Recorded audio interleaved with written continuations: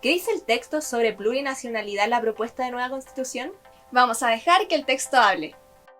En el primer capítulo de la propuesta constitucional llamado Principios y Disposiciones Generales, se define a Chile como un Estado plurinacional. ¿Qué significa esto?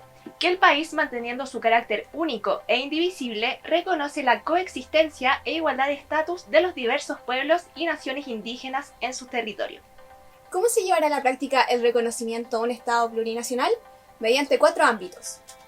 Derechos políticos. Implica establecer escaños reservados para cargos de representación popular, por ejemplo, en la Cámara de las Regiones y el Congreso de Diputadas y Diputados. Y el derecho a realizar una consulta indígena antes de que se adopten medidas administrativas y legislativas que les puedan afectar. Derechos territoriales. La propuesta constitucional reconoce y garantiza el derecho de los pueblos y naciones indígenas a sus tierras, territorios y recursos. También se incorpora el derecho a la restitución de tierras a partir de instrumentos jurídicos que deberán establecerse por ley.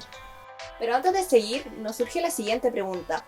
¿En qué consisten los derechos a la restitución de tierras? ¿Qué importancia tiene para los pueblos indígenas? La abogada especialista en temas indígenas, Paola Catricura, nos responde. El derecho a la restitución de tierras es un mecanismo de reparación por el daño causado por el despojo territorial que han sufrido los pueblos indígenas en Chile. Se reconoce el derecho a la tierra, territorios y recursos indispensables para la existencia colectiva, su especial protección y el deber estatal de establecer instrumentos para el catastro y la restitución como mecanismo preferente de reparación.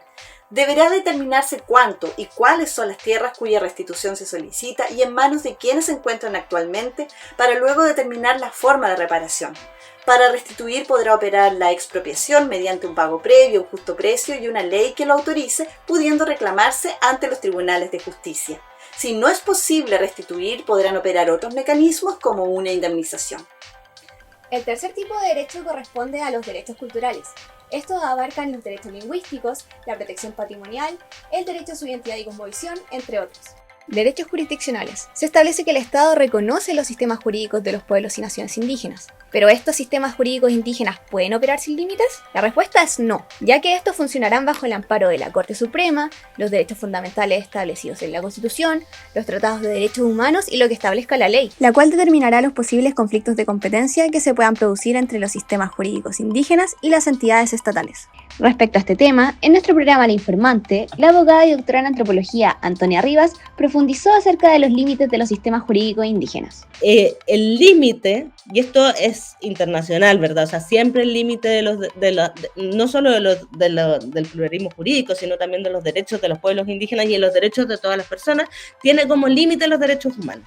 Y eso es súper importante, ¿verdad? O sea, que cuando se habla de estas caricaturas, bueno, ¿qué pasa si un papá por costumbre le pega al hijo y es bárbaro y unas cosas espantosas, ¿verdad? Bueno, la verdad es que ahí no operaría ningún tipo de pluralismo jurídico porque acá siempre tiene como límite el respeto de los derechos humanos de las personas, especialmente, y esto lo ha dicho la Corte Interamericana y mucho, el respeto de ciertas personas como las mujeres, los niños, ¿verdad? Que en general se han modificado bastante las formas de enfrentarlo dentro de las propias culturas indígenas. ¿Y qué dice la Constitución vigente?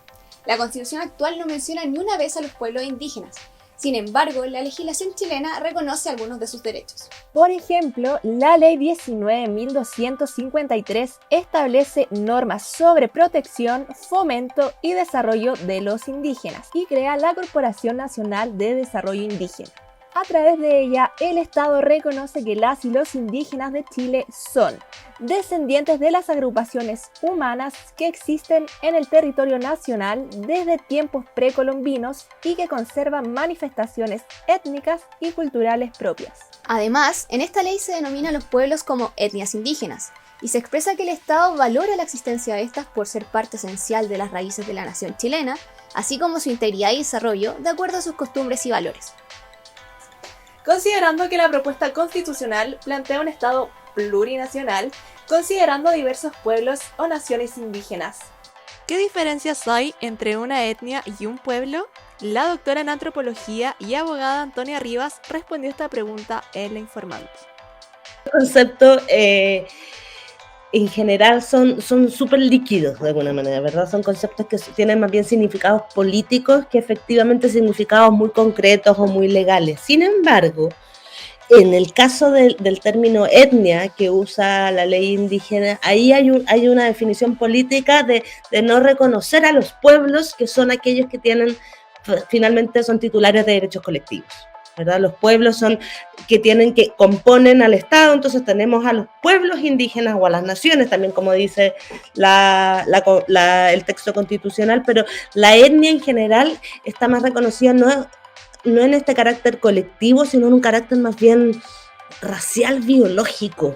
Otra forma en que la legislación chilena reconoce derechos de los pueblos indígenas es a través del Convenio 169 de la OIT. Este convenio regula varios aspectos relacionados a los pueblos indígenas.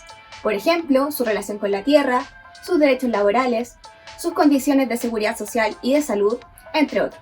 Para resumir, a través de este convenio, los gobiernos se comprometen a asumir, con la participación de los pueblos indígenas, a desarrollar acciones para proteger los derechos de estos pueblos y garantizar el respeto a su integridad. Esperamos que este video te haya ayudado a resolver tus dudas sobre plurinacionalidad. Si te sirvió esta publicación, te invitamos a guardarla, compartirla y comentarla.